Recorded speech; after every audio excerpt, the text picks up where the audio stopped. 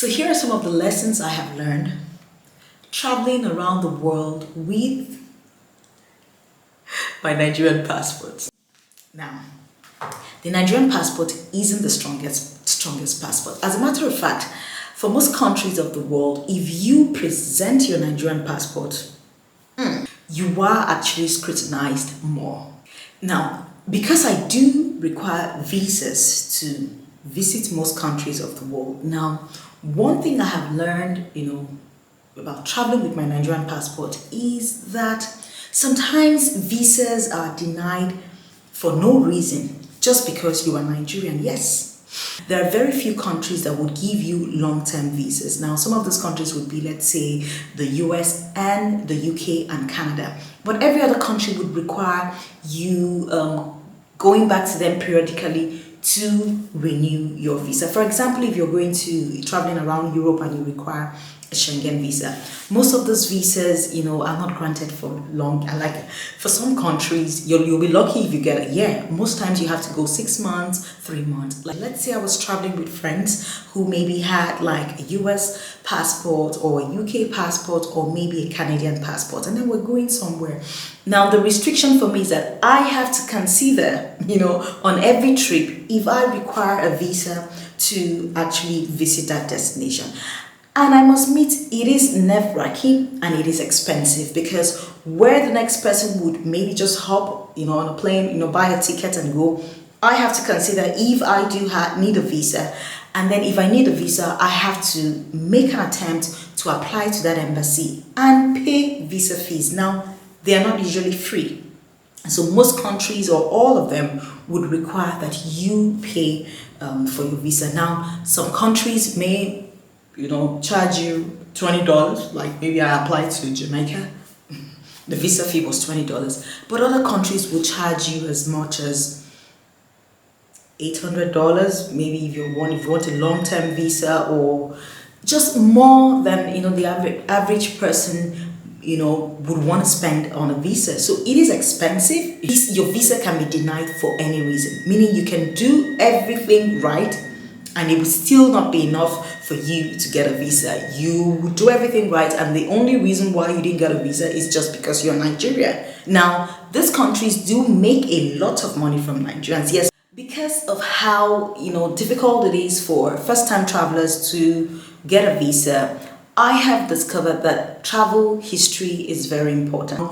What did I do different? What I did was that when I started traveling, around the world, like my first visa, the first time I traveled, I went to Dubai. Now, the second time I traveled, I applied to the UK and then I was denied a visa. I waited 6 months. I built my, financial record over time. I got all the documentation that I needed, that I thought maybe the mistakes I made in my previous application, I corrected it in the new one, and boom, 6 months after I reapplied, I presented a better case, and then I was granted a visa.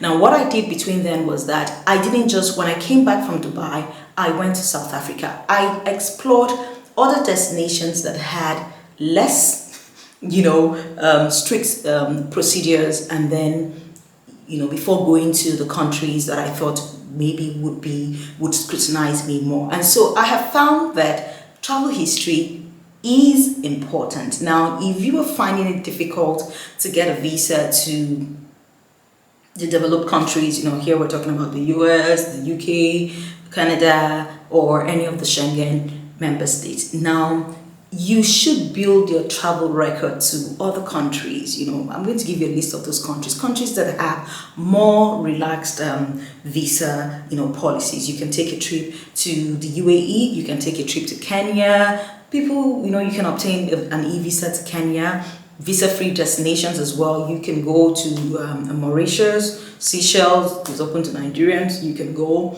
You can just pick countries that have relaxed visa policies, and then build your travel record over time before you go to the other country.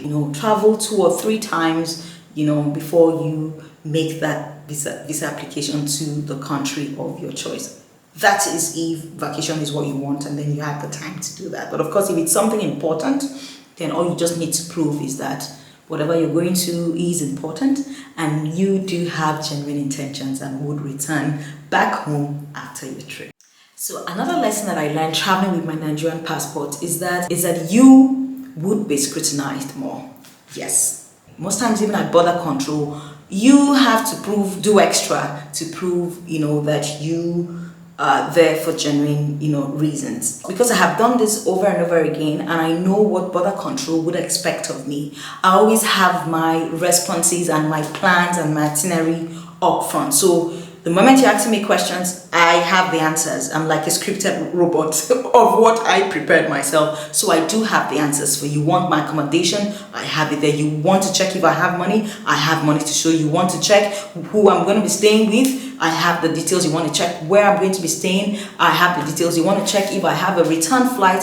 I have the details. So because you know that the moment you land and you're landing with a Nigerian passport, all the lights come on you, and so you should be upfront with all the information that you have. You cannot afford not to know why you're there. Have the address of where you'll be staying, have the phone number of anyone that you will be visiting in case they need to contact the person, have cash with you to show that you have money and you're not going to be relying on public funds, and just do the little extra that is required of you when you land. If they ask you questions, answer those questions without being aggressive or rude, and then volunteer the information that you think is relevant, or as long as you don't think it's intrusive and then it doesn't violate any of your privacy, you can actually provide that information. So because I get scrutinized more, I always have my information up front. Be clear about what you do, if you know what you do, because I just find people do,